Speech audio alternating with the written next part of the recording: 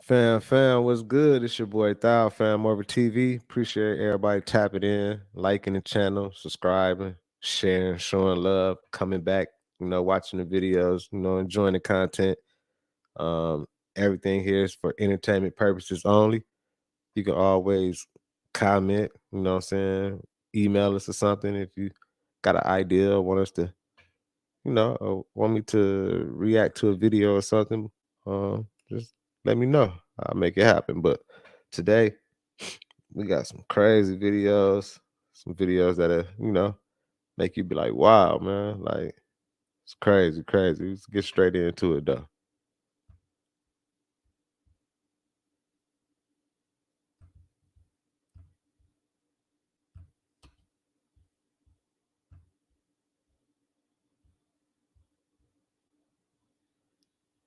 Hold on 1 second. Let me fix this.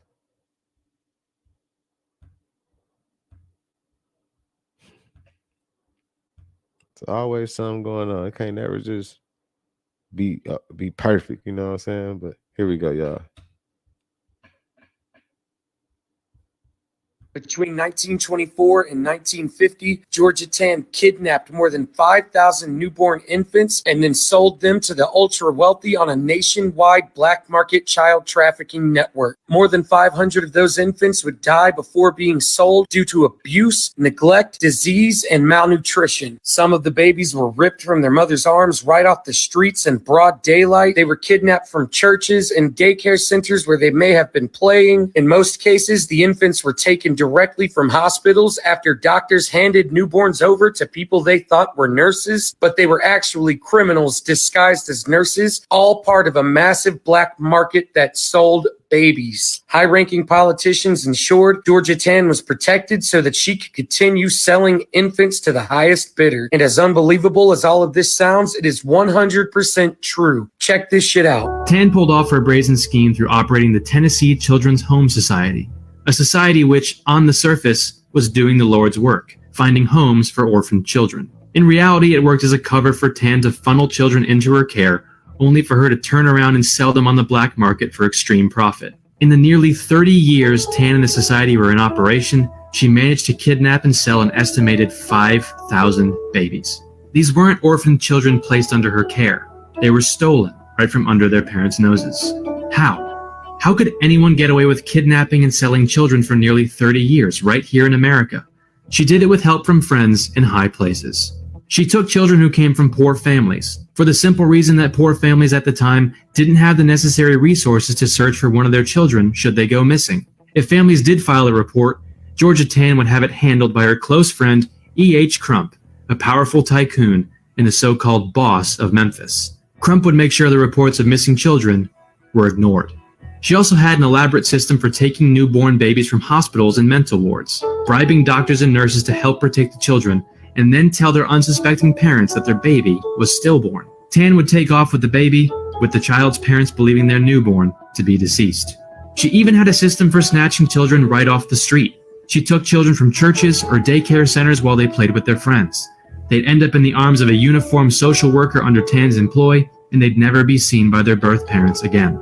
Once the children were under her care, and their parents were none the wiser, Tan would wipe their identities and sell them to couples looking to adopt, leaving them completely in the dark about where the child came from by falsifying or destroying their documents.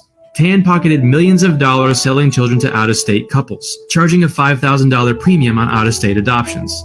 Almost 90% of her sales, which in this context, sales is a truly disgusting word, went to wealthy couples in New York and Los Angeles who could afford the steep pricing of Tan's services, including actress Joan Crawford, who adopted her twin daughters from Tan.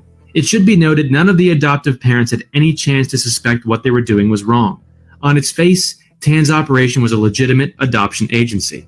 Of course, simply adopting a baby and then never having questions about where that child came from isn't possible. But if the adoptive parents ever questioned Tan about issues that arose, things like missing birth certificates or clearly falsified medical histories, Tan had an answer.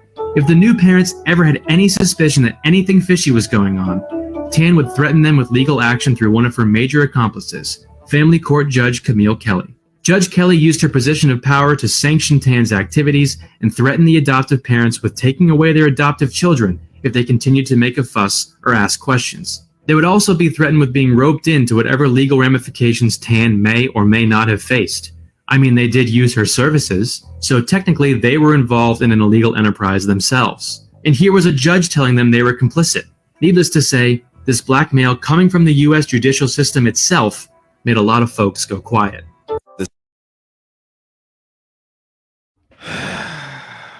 Man.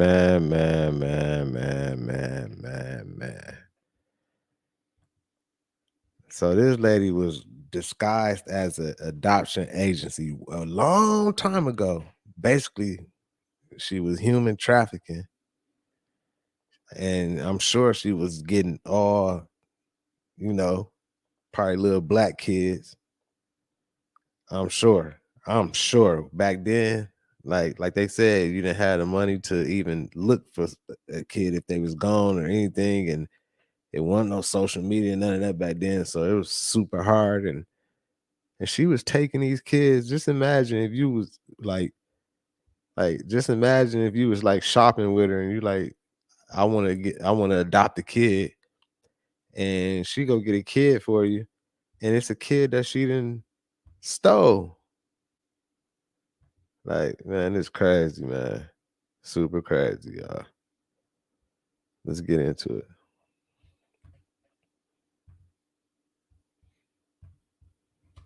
Even more terrifying prediction than anything before. Do you want to find out about this new prediction in part 2?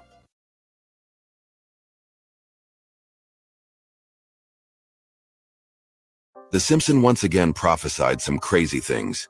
The Simpsons have made some alarming predictions about the year 2024. In a 1998 episode called Bart to the Future, the show hinted at an economic crisis, nuclear war, and the death of the US president all occurring in the same year. The episode shows Lisa Simpson as the future president. In a scene with her advisors, Lisa mentions the budget problems and mess left by the previous administration led by President Biden. A news report in the episode then describes a nuclear conflict with an unspecified country, resulting in massive destruction. The idea of nuclear war and economic turmoil is understandably frightening. However, one can hope these predictions do not come true. Still, The Simpsons have predicted major real-world events accurately in the past. This leads to wondering what else they may have foreseen. In fact, a more recent Simpsons episode contains an even more terrifying prediction than anything before. Do you want to find out about this new prediction in part 2? The Simpsons once... Now, y'all know The Simpsons. The Simpsons always giving us game, always predicting stuff and everything. So we can't just look past nothing they say. I mean, they've been right too many times. Think about all the times they've been right and everything. Like, it's crazy. But I already see that. I see we headed into the times we finna go into a super war. We basically at war right now. I mean, we fighting against Russia because we basically backing Ukraine, and I don't even want to talk about all that because they might flag my little channel, man. Let me skip all that. Let's get back into it, y'all. Let's get into it. My bad.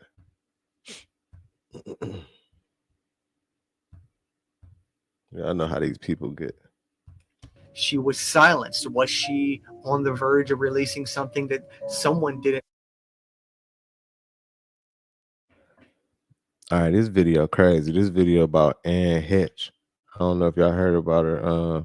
She was Ellen DeGenerous, girlfriend, and she was working on a documentary about child sex trafficking and a bunch of stuff, man. It's just a weird story. I've been seeing this a while ago, but this video is crazy. Like, let's check it out. Want to get out? Let me know in the comments below. What's going on, everybody? Knocked here with you guys again. Welcome back to The Gray. Check the links in my bio for my YouTube and Rumble channels, and subscribe and follow for more content just like this. Now, you guys remember what happened to Chester Benningfield from Linkin Park and Chris Cornell of Audio Slave. They were behind the scenes working on material, documentaries, and speaking out about child trafficking, along with Corey Feldman also. Now, what you might not remember is when Alec Baldwin accidentally, allegedly shot and killed Hannah Reid on the set of the filming of Rust, they were actually in the works with Anne Hesh on a documentary about child trafficking. And then, of course, we know what allegedly happened to Anne Hesh. Now, this video I'm going to show you, I can't confirm if it's real or not. I definitely don't know. But I want to know what you think about it. And if you do believe it's real, do you think she was silenced? She didn't get to make that documentary on kid trafficking in Hollywood with a lady Alec Baldwin accidentally shot. What bad luck.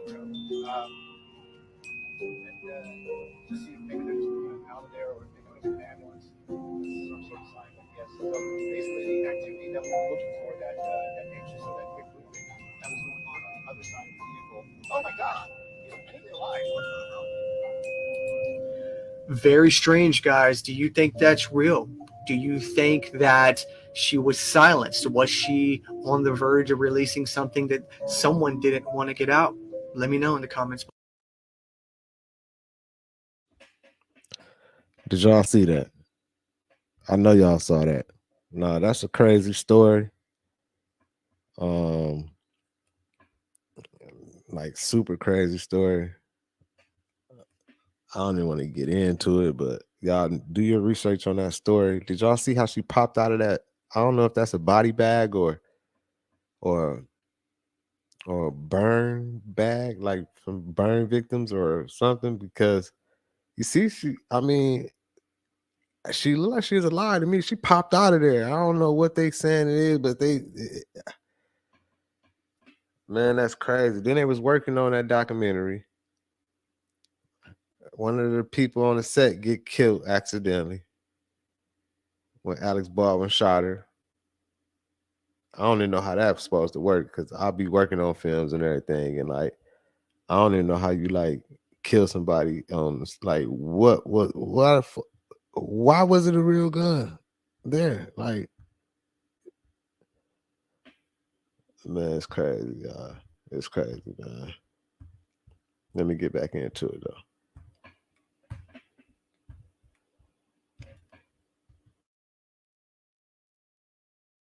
One was actually the gateway to the real world, and we were all living inside Area 51 without even knowing it. This idea might seem ludicrous, but it has been the subject of a theory increasingly discussed within online conspiracy communities. 9 months ago, a peculiar message emerged on an obscure internet forum, capturing my attention despite its relative invisibility in cyberspace. The responses to this message were even more unsettling, triggering a cascade of theories, sometimes whimsical, but often intriguing. Comments suggested that Area 51 was not simply a secret military base, but indeed the veil between our perceived reality and the outside world. The theories are as numerous as they are fanciful, but they all pose one crucial question. What if our reality is not what we think it is? For 4 months, I dove headfirst into the dark and often perplexing universe of conspiracy theories, sifting through the most popular hypotheses and developing my own theories. In-depth research was conducted, enigmatic data was gathered, specialists were consulted, and finally, a possible explanation emerged. An explanation that challenges preconceived ideas. Last night might have been the most rigged NFL game we've ever seen on live TV. In the Eagles' 31-17 win over the Dolphins on Sunday night, the Dolphins were penalized 10 times, while the Eagles were not called for one single penalty, despite there being a massive collection of videos in which they clearly committed blatant game-changing fouls. These clips have now went viral on Twitter, and fans are calling for an investigation, as they've also discovered that Dwayne Hade, one of the lead refs from the game, specifically in games that involve teams from Pennsylvania, where he grew up. In 2017, Hade and his crew were suspended from reffing an ACC championship game due to previous unethical refereeing during a game in which Pittsburgh, a Pennsylvania team just like the Eagles, played Clemson and received major help from the refs, as Hade and crew called Clemson for a season-high 10 penalties and let many calls slide for Pittsburgh. Last night's Dolphins-Eagles game was only the second time in NFL history that one team finished with 0 penalties and the other team finished with 10-plus penalties. Here you can see one of the worst missed calls of the game, where Eagles cornerback James Bradbury pulls receiver Cedric Wilson to the ground by his face mask right in front of the ref, and he ignores it. Or this one, where linebacker David Long is literally grabbed by the neck and pulled to the ground by an offensive lineman. To add to the conspiracy, fans have also pointed out that prior to this Sunday night game, Vegas had had a tough day and really needed to come out on the winning side of the last game of the day, where most of the money was on the Dolphins. Do you guys think this was just a bunch of piled up coincidences, or was this game really fixed for the Eagles to win? Yeah, listen, I bet on games, and I watched that game live. I've been said, I was like, man, something ain't right. I didn't know they didn't have one penalty, the Eagles. Like, that's like, come on now, that's like impossible. They said it only happened one other time in history.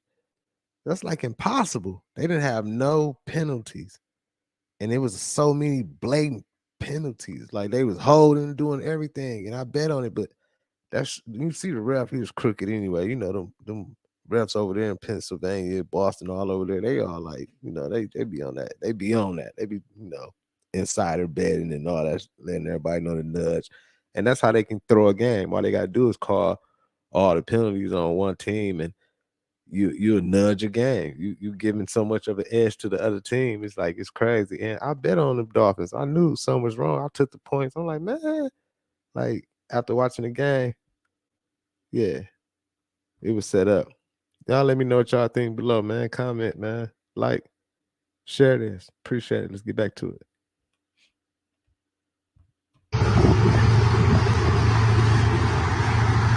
I got another one over here. What are those?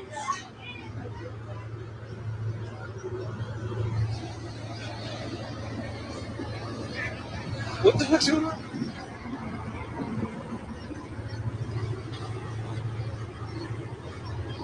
On each side of the boat? What are those trails? What's something swimming fast underneath that water? Something swimming real fast underneath that water. I hear him. Where's she at? What the fuck is that noise, bro? What is that noise? Where are you?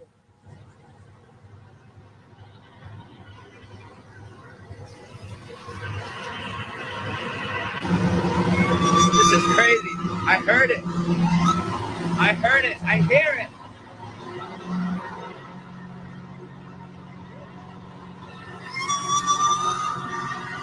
Oh my God. That's crazy. That's nuts.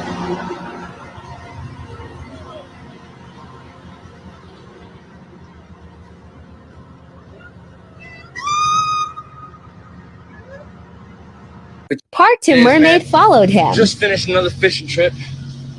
Whole fishing trip. Heard no noises whatsoever.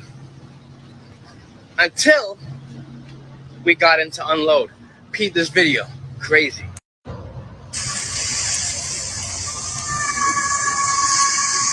the docks though? Hey yo, you hear that? I know what the fuck that is. I know what the fuck that is. That bitch followed me the fuck in. Oh, at the docks though? No way. No way.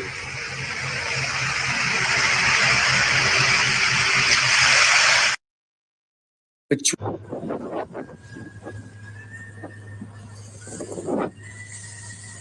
hear them? They're singing. I fucking love my job, I swear. Mr. Krabs! Huh, Mr. Krabs? Tell him, Mr. Krabs! Actually, you know what, homie? I'm gonna throw you back in your ocean. Because we're not catching you. Be free! Be free, homie!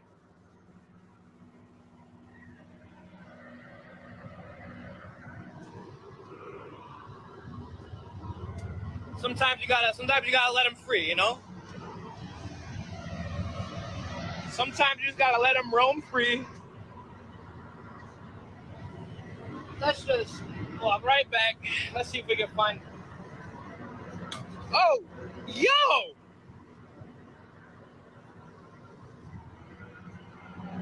Oh, hell no! Wait, no! No fucking way! Wait, I just threw this overboard. Y'all saw me throw it overboard. This, are you fucking kidding me? That did not just. Proof dimensions are beginning to mesh. What y'all think? Do y'all believe in, like, y'all think mermaids are real? You know what I'm saying? Like, and it's crazy because I seen more video. My man right there, like, I think the government, they sent somebody on there to, like, they sent like a little crew on there, did some testing and everything to his boat, and then he ended up like disappearing or something like something crazy. Like, I couldn't even find those videos. They was out there, but somehow they gone now. But you can do your own research. It was more videos. I mean, it's a lot going on that we don't know. You know, they hid it from us from our whole life, so we don't be knowing what's really going on in this world. It's so much power and so much stuff we don't know what's going on. So y'all know what's up. Comment below. Let me know what y'all think. Let's get it going. Together. No, the Mandela Effect is not just some TikTok BS. It actually started in the 80s, and it gets pretty deep and wide. I know that a lot of people remember the Monopoly guy with a monocle, or little stuff like Pikachu's tail, the spelling of Looney Tunes, and the Fruit of the Loom logo. I remember when I was a kid, I was like, Mom, what is that thing? And she said, it's a cornucopia. And that's where I learned the word cornucopia. It was from the Fruit of the Loom logo, by the way. And what about Queen? Tell me, is there something missing from the end of this song?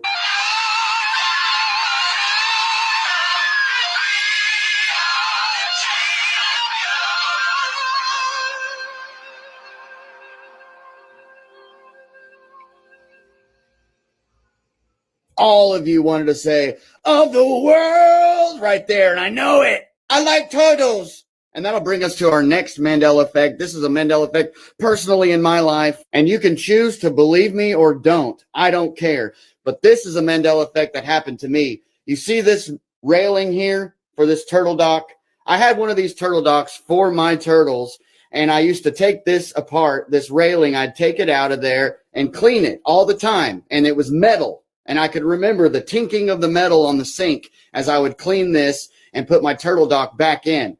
Well, I had to buy a new turtle dock because this dock was melting from the heat lamp, and I had to buy a whole new dock. So I did. I bought this brand new dock. I got this dock right here, broke it out of the box, pulled that railing out, and they had started making it out of plastic. So I was like, no. I threw that plastic one straight in the trash, and I went over to my tank to grab the metal railing out to put it to the new dock, because I was like, I want to use the metal one. It's sturdier, and I just like it to be metal.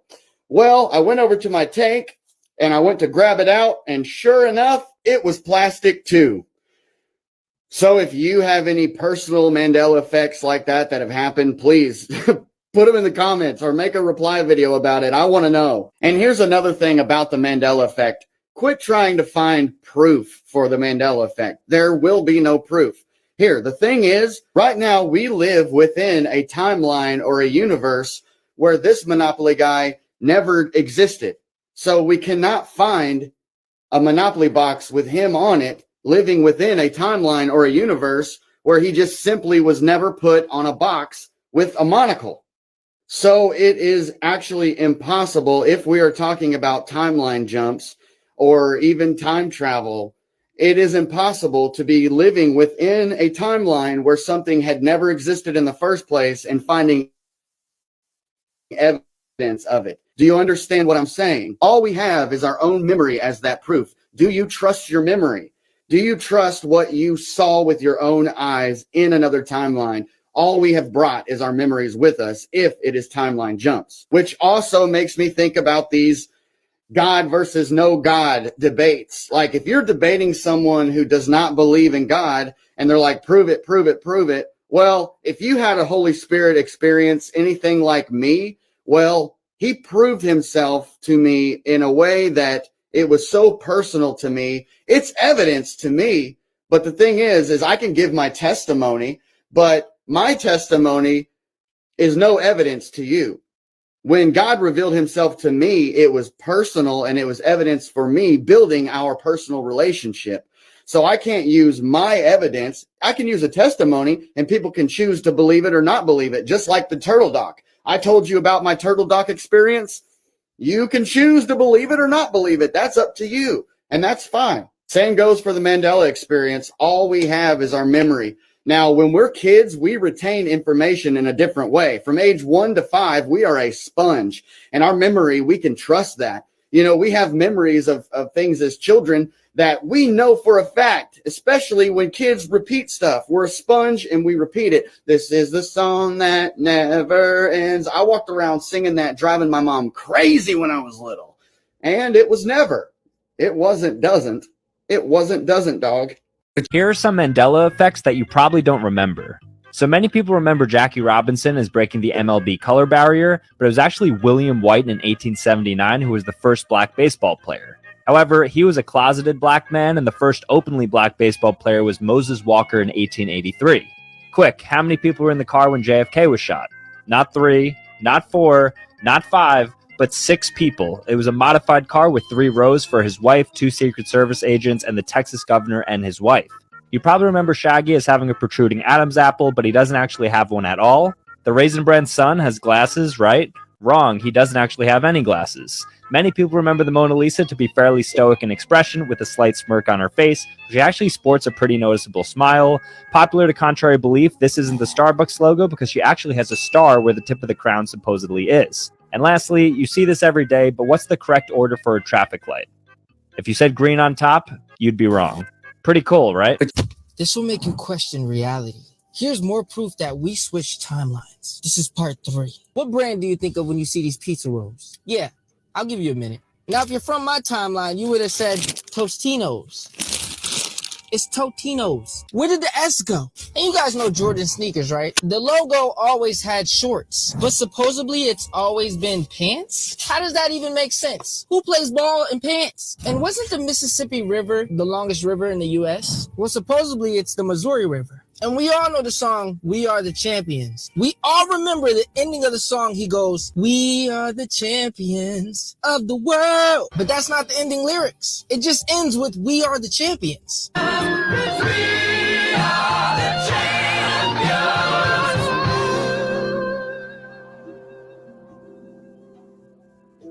By the way, comment down below. What's the... Hey. Man, that's crazy. How many of y'all experienced that? Like, comment below if you ever experienced that. Just, you know what I'm saying? Let me know what happened to you. Because it didn't happen to me before plenty of times. And it's more videos. Those videos are ones I just watched. Y'all can go check out some more videos, do your own research. But the Mandela Effect, I don't know how to explain it. Hey, but it didn't happen to me as well, so I believe it. But I appreciate everybody who tapped in today, man. Comment below. Make sure you like this video, share. Keep tapping in with me, coming back to the channel, keep showing love, and thank you for helping me grow and build this channel. Appreciate everybody, man. I'm gonna keep on giving y'all content. It's your boy Thou, man. Keep on tapping in with me. Peace. FamOver.